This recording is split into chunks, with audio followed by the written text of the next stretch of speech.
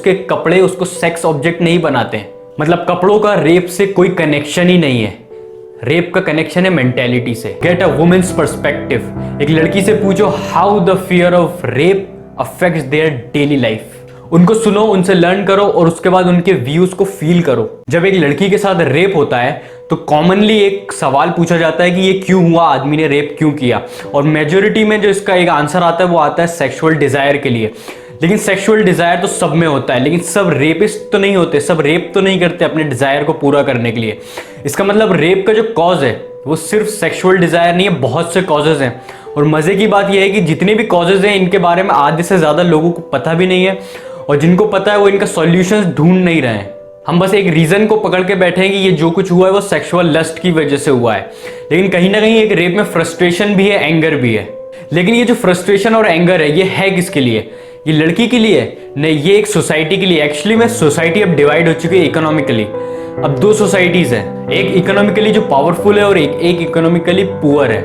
इस वक्त जो सोसाइटी चल रही है ना, एक वो जो 21वीं सदी की लड़की है और दूसरी वो जो 19th सेंचुरी की सोच लेके इनके साथ पैरेलल चल रहा है।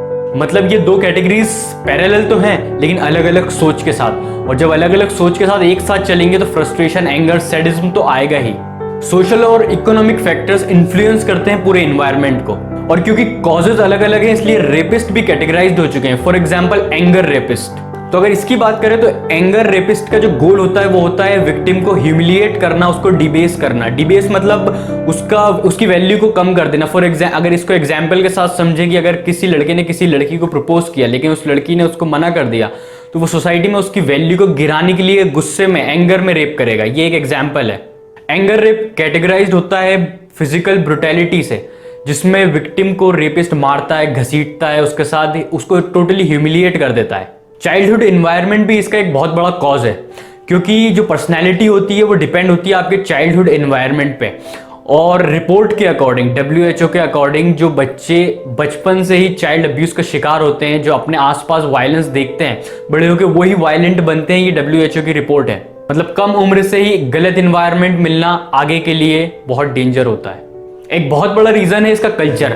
ऐसे बहुत जगह कल्चर है जहां पे ये कहा जाता है कि ये जो कुछ हुआ है इसमें लड़की की भी उतनी गलती है जितनी लड़के की है। लड़की मॉडर्न कपड़े पहन रही है, जीन्स टॉप पहन रही है, वो लड़कों की बराबरी कर रही है, इसलिए ये ऐसा हुआ है। लड़कियों की ये गलती रहती है। लड़की है ना, जैसे जाती है तो है ना, वो ज्यादा लड़की है ना खुद भी बोलती है, जब तो ये लड़कियों की भी तो कुछ गलती होगी, जब तो रेप होया है। आज से ताली नहीं बचती, दोनों बातें यो से कहना मेरा। और यहाँ पे रेपिस्ट को, क्योंकि ऐसा कल्चर रहता है, तो यहाँ पे रेपिस्ट को सजा भी नहीं दी जाती है, जिससे उसका कॉन्फिडेंस और बढ़ता है।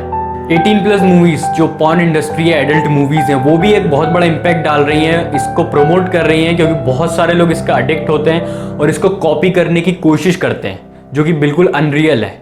खैर, ऐसे इंसिडेंट के बाद एक लड़की पर क्या इफेक्ट पड़ता है? तो WHO की रिपोर्ट के अकॉर्डिंग जो लड़की रहती है वो सफर करती है डिप्रेशन से, सुसाइड इंडेक्स बढ़ने का बहुत रिस्क रहता है यहाँ पे, और इसके साथ साथ इन्फेक्शन का, बहुत से केसेस में इन्फेक्शंस के भी इनके चांसेस ज्यादा रहते हैं। इमोशनली ये बहुत डिस्टर्ब रहती है, सच एज एम्बेरसमेंट। इनको एक ऐसी फीलिंग रहती है कि अब सोसाइटी में हमारी वैल्यू खत्म सी हो गई है। WHO ये कहता है कि जब लड़की के साथ ये चीज हो रही होती है तब वो रिस्पॉन्ड करती है फाइट के साथ, जिसकी वजह से बहुत सी इंजरीज उसको मिलती हैं, और बाद में वो फ्रस्ट्रेशन की वजह से अपने ही रिएक्शन को समझ नहीं पाती। तो सिर्फ एक कॉज नहीं है, कॉज बहुत सारे हैं, और उन रूट कॉजेस को अगर समझ लिया जाए, उनके सॉल्यूशंस को ढूंढा जाए, उनको इंप्लीमेंट किया जाए तरीके से, तो आने वाले टाइम में रेप्स को रोका जा सकता है। सिर्फ लॉ लाना, वो रोक नहीं सकते हम रेप को सिर्फ लॉ लाने से, जब तक हम मेंटेलिटी को चेंज नहीं कर सकते। सबसे पहले सोसाइटी को ये समझाना होगा कि विक्टिम को ब्लेम ना किया जाए, उसके कपड़े उसको सेक्स ऑब्जेक्ट नहीं बनाते हैं। मतलब कपड़ों का रेप से कोई कनेक्शन ही नहीं है। रेप का कनेक्शन है मेंटेलिटी से। तो दूसरा जो सजेशन है वो है लिसन टू सर्वाइवर्स। जैसे कि जितने भी मूवमेंट्स चले, वो फिर #MeToo हो या #TimesUp हो, ये मूवमेंट में देखा गया है कि जो विक्टिम है वो पहले से ज्यादा खुल के अपनी बातों को सामने रखता है। तो इनके एक्सपीरियंसेस को सुना जाए, उसके बेसिस पर लॉ बनाया जाए, उसके बेसिस पर एक्शंस को लिया जाए। Third, educate the next generation. हर देश का जो फ्यूचर है वो डिपेंड करता है आज की जनरेशन पे। अगर उनको एजुकेट कर दिया, इलिटरेसी रेट को कम कर दिया, तो जो जेंडर स्टीरियोटाइप है जो कि इलिटरेसी की वजह से क्रिएट होता है वो खत्म होगा। लाइक कि इस लड़की ने ऐसे कपड़े पहने इसलिए रेप होता है। तो अगर आपने इस जनरेशन को एजुकेट कर दिया तो आगे जाके ये जो जेंडर स्टीरियोटाइप है वो खत्म हो जाएगा, क्योंकि मेंटेलिटी को लॉ नहीं चेंज कर सकता, मेंटेलिटी को एजुकेशन चेंज कर सकती है। Fourth, get a woman's perspective. एक लड़की से पूछो how the fear of rape affects their daily life. उनको सुनो, उनसे लर्न करो और उसके बाद उनके व्यूज को फील करो। It can also change man's mentality. Fifth suggestion, sexual violence को प्रिवेंट करने के लिए स्किल्स सिखानी चाहिए और जिसमें सोशल इमोशनल लर्निंग होनी चाहिए, जो कि एजुकेशन का एक हिस्सा है, जिसमें self management, self awareness, social management, social awareness को इन्वॉल्व करना चाहिए। सिक्स्थ, क्रिएटिव प्रोटेक्टिव एनवायरनमेंट्स, जिसमें सोसाइटी में इंप्रूव होनी चाहिए सेफ्टी और मॉनिटरिंग। तो लास्ट है जो सब कहते हैं डेथ पेनल्टी, लेकिन इसमें भी एक नेगेटिव पॉइंट है। पहले तो ये पूरी तरीके से रेप को खत्म नहीं कर सकता, ये कम जरूर कर सकता है लेकिन खत्म नहीं कर सकता। आज भी उन देशों में रेप होते हैं, भले ही कम होते हैं लेकिन होते हैं। तो हम लॉ लाने के बाद भी हमारे पास एक नेगेटिव चीज ये है, क्योंकि हमने गूगल फॉर्म एक शेयर किया था और उसमें एक लड़की ने इसको सजेस्ट किया मुझे, और उसने अपना सजेशन देते हुए कहा कि लॉ लाने से एक चीज़ ये भी होगी कि उनको एक अलग मोटिवेशन भी मिलेगा कि रेप करो और फिर मर्डर कर दो ताकि हमारा नाम भी ना आए। और जैसे हमने रिसेंटली केस में देखा कि ज़बान तक काट दी गई एक लड़की की।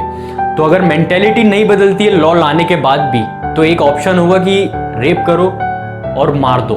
तो लॉ लाने से इंडेक्स ज़रूर कम होगा रेप का, लेकिन रेप खत्म नहीं होगा। तो पहला जो गोल होना चाहिए, पहला एम होना चाहिए सोसाइटी का, वो है कि मेंटेलिटी को चेंज करें, लॉ को इंट्रोड्यूस करना और उसको ये मान लेना कि अब जो है रेप बिल्कुल रुक जाएगा, तो ये तो इम्पॉसिबल है।